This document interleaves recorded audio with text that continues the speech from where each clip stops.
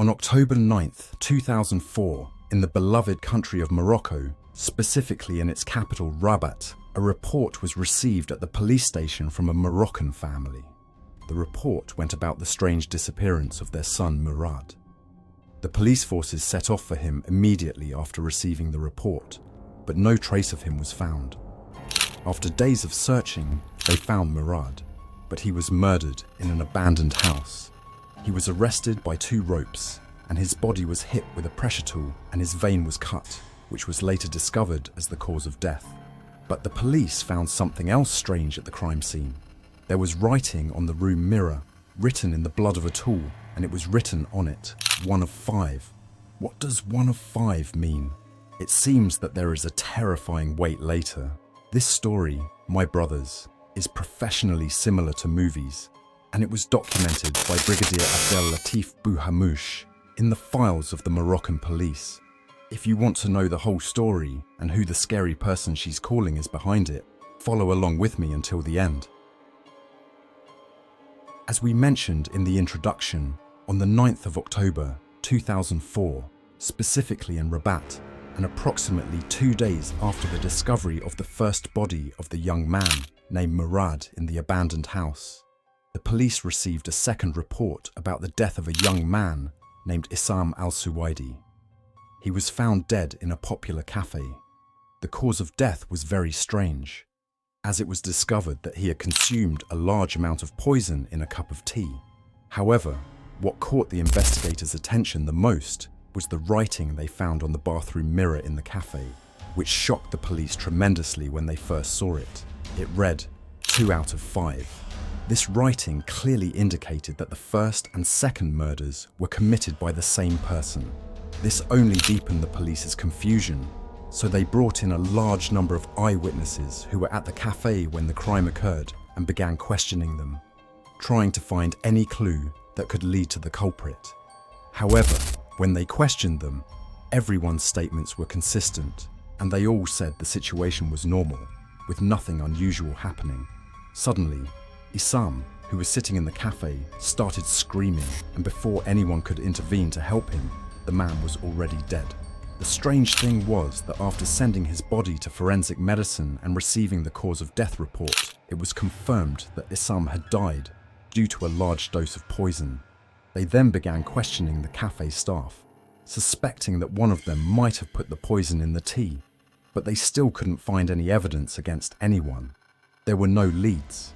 At this point, they realized they were dealing with a dangerous and professional individual, and they started planning how to catch him.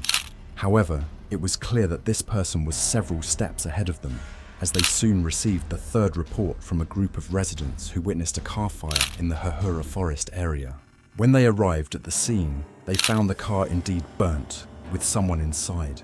They managed to rescue the young man at the last moment and transported him to the nearest hospital. The investigators were then able to identify the young man from his ID and some papers he had with him. His name was Samir, and they learned some basic information about him. However, what shocked the police for the third time was the writing they found on the back window of the car. It read, 3 out of 5. Yes, stop for a moment here. The common thread in all these crimes is this number, 1 out of 5, 2 out of 5, 3 out of 5. This means that there are still 2 more victims left for the crimes to be completed, but so far it is unknown who is behind them. The whole situation remains unclear to the police. At this point, the police had no other option but to wait for Samir to wake up from his coma and tell them who did this. Indeed, Samir woke up from his coma and admitted that he knew the reason the killer was targeting them. He could barely speak, but he passed away in the hospital 2 days later. Unfortunately, the information he provided was insufficient, which completely changed the police's calculations. The police quickly deployed their security forces everywhere to find the other 2 victims before they were killed. However, once again, the killer was far ahead of them. While they were searching, they found the body of one of them, named Khalid al-Matouk, who was found dead in his car. For the 4th time, the police found a common element between all these crimes: the writing the killer left behind. It was found written on the car window, 4 out of 5. The killer also used pepper spray in this crime to incapacitate his victim before killing him, which was the same method used with Murad and Samir. At this point, the investigators intensified their efforts to catch this murderer, who had ended the lives of all these individuals, as the situation had become extremely dangerous, and they realized that they were dealing with a serial killer. However, despite this, they couldn't find any solid evidence, especially considering that we're talking about 2004. The investigators didn't have the modern tools we have today, nor were security cameras widespread at the time as they are now. This made things even more difficult. Wait, hold on a minute. You didn't tell us what Samir said to the police at the hospital. Are you ready to hear the shocking revelations Samir made to the investigators before he died? Samir said that he, along with the victims who had been killed, and 2 others, including Khaled Al-Matouk and a 5th person, had abducted a girl walking down the street in Rabat. They took her in a car to an abandoned house in the forest, the same house where the first victim, Murad, was found. They locked her in a room inside that house for 3 days and took turns assaulting her throughout that time. To make matters worse, they didn't give her any food or water during those 3 days. Samir suspected that the person behind these murders might be a relative of the girl or someone seeking revenge for her, but they didn't know who she was or even her name. After hearing his confession, the police charged him with kidnapping and assault, but he passed away in the hospital 2 days later due to his burns. Up until now, the police had not caught the killer. In their attempt to unravel the mysteries of the case and find the murderer, they suddenly received a message at the station from an unknown individual claiming to be the person who killed all these young men. At first, they thought this person was lying just to stir up controversy, but they later discovered that the message detailed exactly how each of these people was killed. As usual, here's the question of the episode. Pause the video and write in the comments your guess. Who do you think sent this message? Or who is the real killer? Are you ready for the shock? The person who sent this message wasn't a relative of the girl, nor was it someone she knew or even a family member. The sender of the message was the girl herself. In the letter, she recounted her entire story with the 5 young men and explained every detail of the crime she committed. She said in her message that she decided to take justice into her own hands after the law failed her. What did she say in the message, and what exactly happened? Now the real story begins. This story began in mid-2004. A girl named Fatima Khaled wanted to move from the Wazan area, where she lived with her family, to the capital to look for a suitable job. At the time, she'd just graduated from the Faculty of Pharmacy and had her degree in hand. She went to the capital, naturally, to seek her livelihood.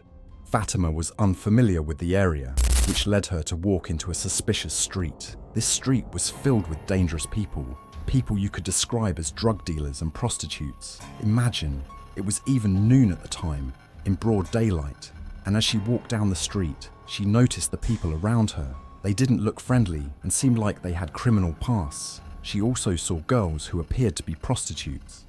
Fatima quickly tried to turn back and get out of this suspicious street, but unfortunately, luck wasn't on her side. Before she could get away, a black car pulled up in front of her. A man dressed in black stepped out, grabbed her forcefully, and dragged her into the car. Inside the car, there were 3 other men. 2 of them held Fatima down, sitting her in the middle between them, while the 3rd was driving. One of the men sitting beside her covered her mouth.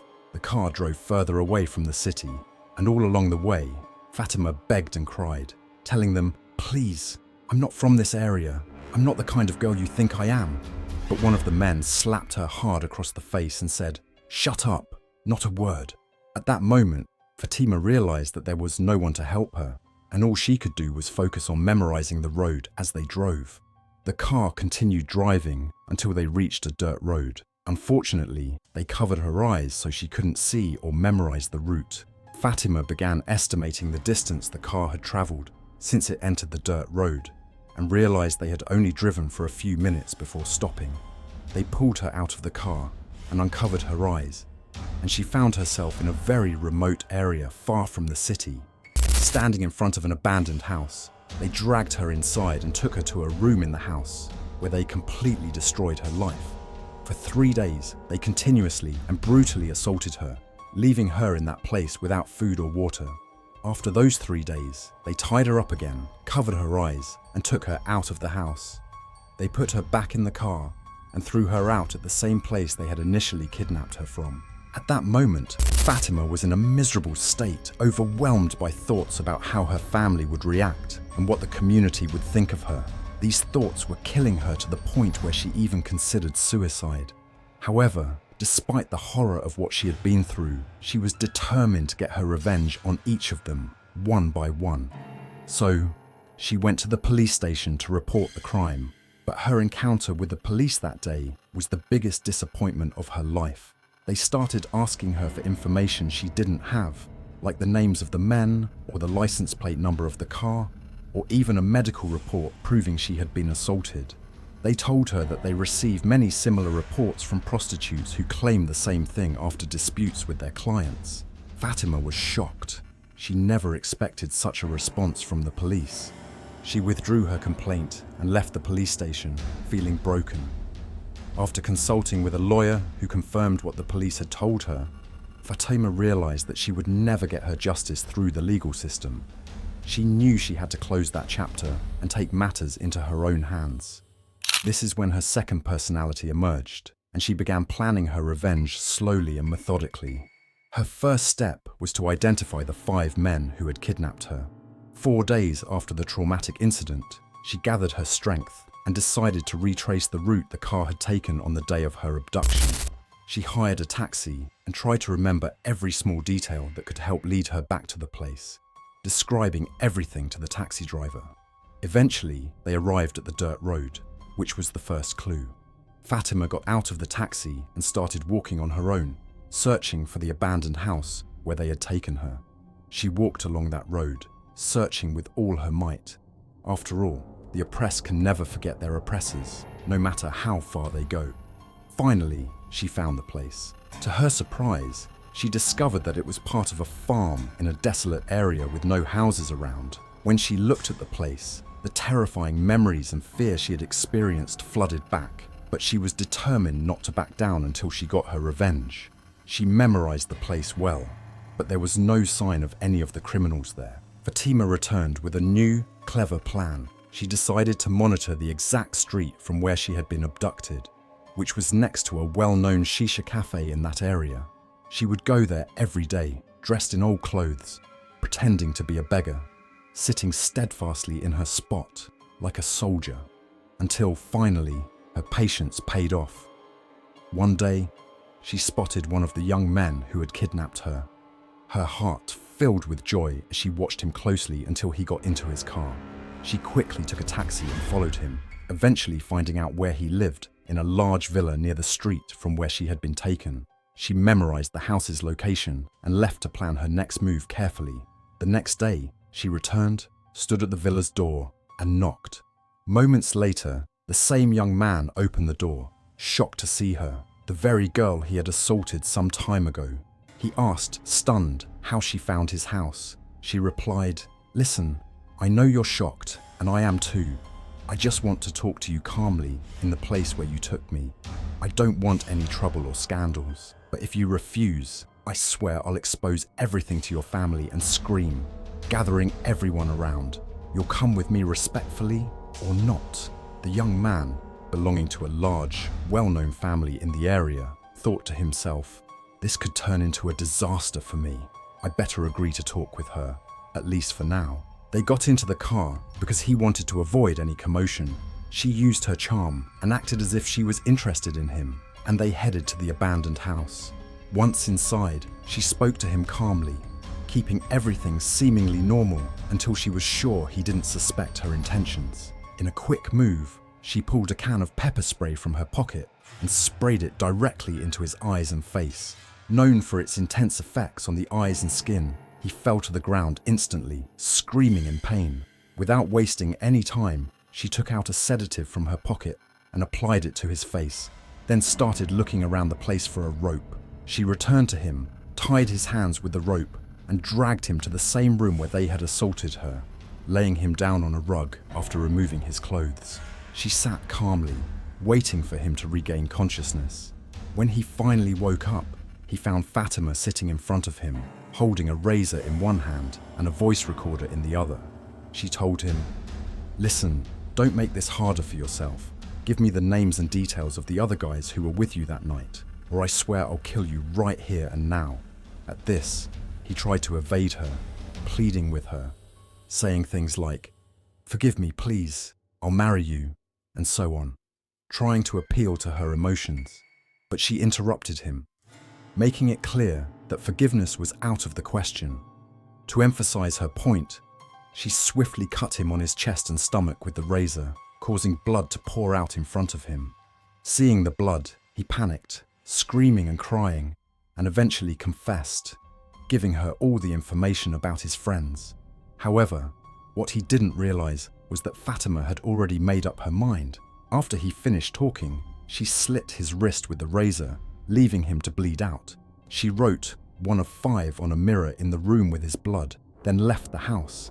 Fatima had obtained from Murad everything she needed to know about the other men, their jobs, lives, phone numbers, and every other detail she needed. The next day, Fatima went to the workplace of the second person Murad had described to her, a man named Issam.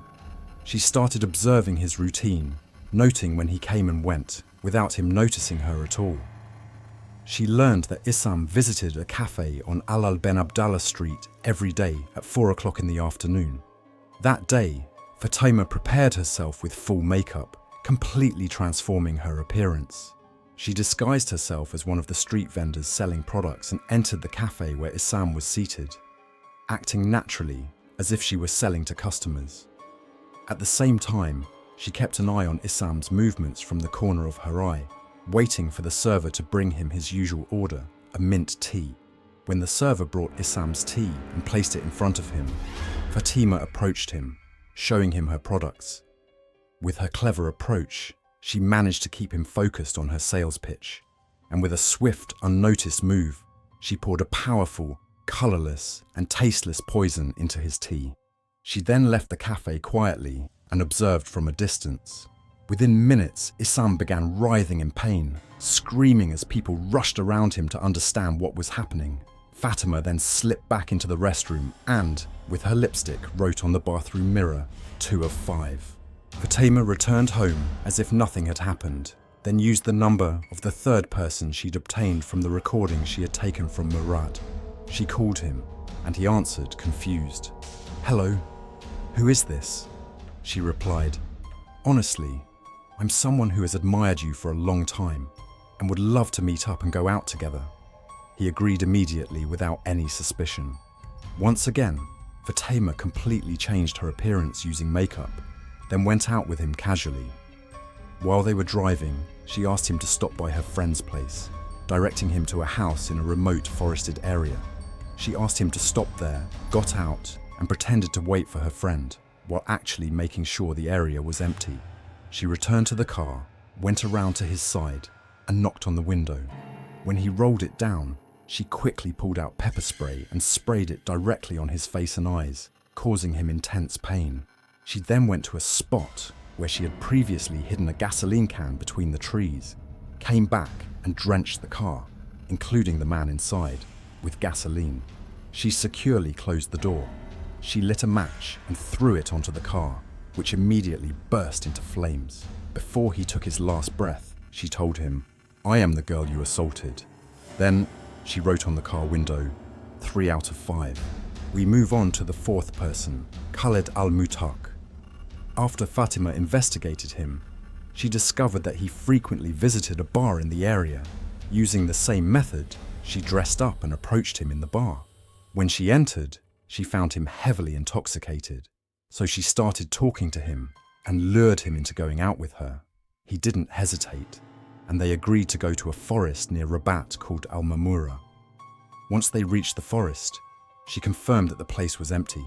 She then approached him and covered his mouth with a cotton cloth containing a potent sedative. Since he was already intoxicated, the sedative acted quickly and he passed out entirely. She pulled him out of the car and laid him on the ground. Then she got back into the car, started the engine, and repeatedly ran over him until she was sure he was dead. She then got out of the car, wrote 4 out of 5 on a piece of paper and hung it on a nearby tree. Later, when one of the young men woke up in the hospital and confessed what they had done to Fatima, the news spread quickly through Moroccan newspapers and magazines. Everyone learned about her story and how she'd taken vengeance on those who assaulted her. The 5th man was overcome with fear and paranoia, realizing he would be next. He decided to surrender to the police, terrified that she would come after him. At the station, he also confessed to his actions and requested protection. When Fatima learned that he was in hiding, she made up her mind to leave the country. She departed before the police could identify her. In May 2005, a letter arrived at the office of Chief of Police Abd al-Rahim Boudar, reading, "Sir, I am the girl who was assaulted by the 5 gang members. I carried out my sentence of execution upon them after they destroyed my dreams and prevented me from returning to my hometown. Despite the pain I endured, I completed my studies. By the time you read this letter, my plane will have already taken me to a distant land, and I will never return to my homeland again." Fatima wrote this letter to ensure that no innocent person would be wrongly accused. After taking justice into her own hands, she vanished completely. Now the question remains, was what Fatima did justified or not? I'll leave the answer up to you in the comments. And with that, our story comes to an end. Take care, and I'll see you again soon. This was your brother Dakvix. Glory be to you, O Allah, and praise. I bear witness that there is no God but you, and I seek your forgiveness and turn to you in repentance.